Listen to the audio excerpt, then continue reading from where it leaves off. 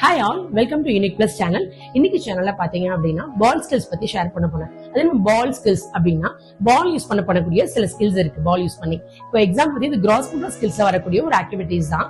இப்போ பால் ஸ்கில்ஸ் அவ்வளவு ரொம்ப முக்கியமா, குழந்தைங்க பால் யூஸ் பண்ணி விளையாண்டே ஆகணுமா அப்படின்னா, இப்போ பால் யூஸ் பண்ணி விளையாடுறதுனால குழந்தைங்களுக்கு பாத்தீங்கன்னா அவங்களோட ஐ அண்ட் கோஆர்டினேஷன் வந்து நல்லாவே இம்ப்ரூவ் ஆகும். சோ இதுல பால் யூஸ் பண்ணி என்னென்ன ஸ்கில்ஸ்லாம் அதுல இருக்கு பாத்தீங்க அப்படின்னா, கேட்சிங், த்ரோயிங், கிக்கிங், இது எல்லாமே வந்து பால் ஸ்கில்ஸ் தான். சோ இப்போ எடுத்துட்டோன்னே குழந்தைங்க பாத்தீங்கன்னா ஒரு 1 year 1.5 years வந்து பால் கேட்ச் அண்ட் த்ரோ விளையாடுவாங்கன்னா இல்ல, அதாவது முதல் ஸ்டார்ட் பண்ணி பால் கிக் பண்ண ஆரம்பிப்பாங்க. அதாவது ஸ்டாண்டிங் பேலன்ஸ் வந்ததுக்கு அப்புறமா கீழே இருக்க பொருட்களை வந்து காலை கிக் பண்றது, பால் வச்சு கிக் பண்ண ஆரம்பிப்பாங்க.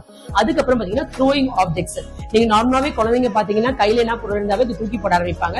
இது எல்லாமே த்ரோயிங்ல தான் வரும். ஆனா எப்போ வந்து த்ரோயிங் கரெக்டா சொல்லணும் அப்படின்னா, நீங்க அதை டார்கெட் பண்ணி கரெக்டா இப்ப பாலை வந்து இந்த இடத்துல மட்டும் போடுங்க, அந்த பவுல்ல மட்டும் போடு, இவங்களுக்கு மட்டும் த்ரோ பண்ணு பால அப்படின்னு நம்ம டார்கெட் பண்ணி போடுறோம் பாத்தீங்களா, அதுதான் த்ரோயிங் ஸ்கில் வந்து நல்லாவே கிராஜுவலா இம்ப்ரூவ் ஆனது. இதுவும் மைல் ஸ்டோன்ஸ் வரக்கூடியதான். சோ இது மட்டும் இல்லாம கேட்சிங் பால், இவங்க வந்து பால் கரெக்டா போட்டுட்டு அதே மாதிரி கேட்ச் பண்றது. சோ இந்த மூணுமே பாத்தீங்கன்னா பால் ஸ்கில்ஸ் வந்து ரொம்ப இம்பார்ட்டன்ஸா இருக்கும்.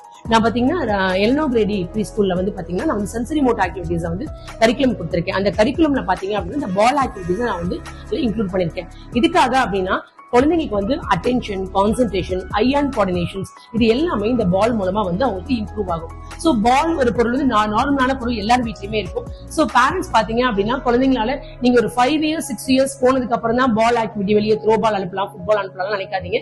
வீட்லயே நீங்க வந்து பால் வச்சு நிறைய ஆக்டிவிட்டிஸ் குழந்தைக்கு கொடுக்கலாம். நீங்களே உட்காந்து விளையாட ஆரம்பிக்கலாம். இப்போ ஒரு குழந்தை வந்து சிட்டிங் பேலன்ஸ் வந்துருச்சு அப்படின்னா பாலை வந்து ரோல் பண்ண ஆரம்பிக்கலாம். கையில பால் வச்சு குழந்தைங்க முதல்ல ரோல் பண்ண ஆரம்பிப்பாங்க.